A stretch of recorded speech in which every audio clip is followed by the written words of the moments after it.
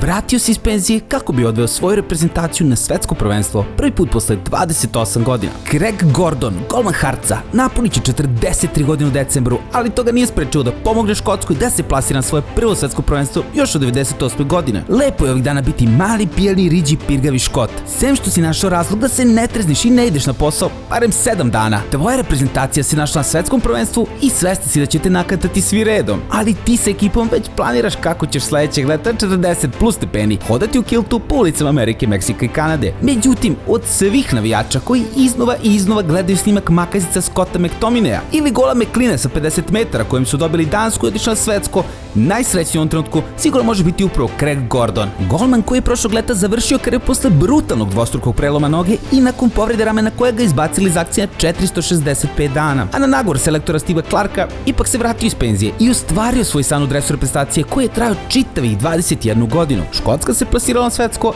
a Gordon je meč završio u suzama. A na pitanje gde se ovaj uspeh nalazi na listi njegovih dostignuća, nasmijani Gordon je rekao na samom vrhu. Mora biti. Kvalifikovati se za svetsko prvenstvo je nešto što sam oduvek želeo.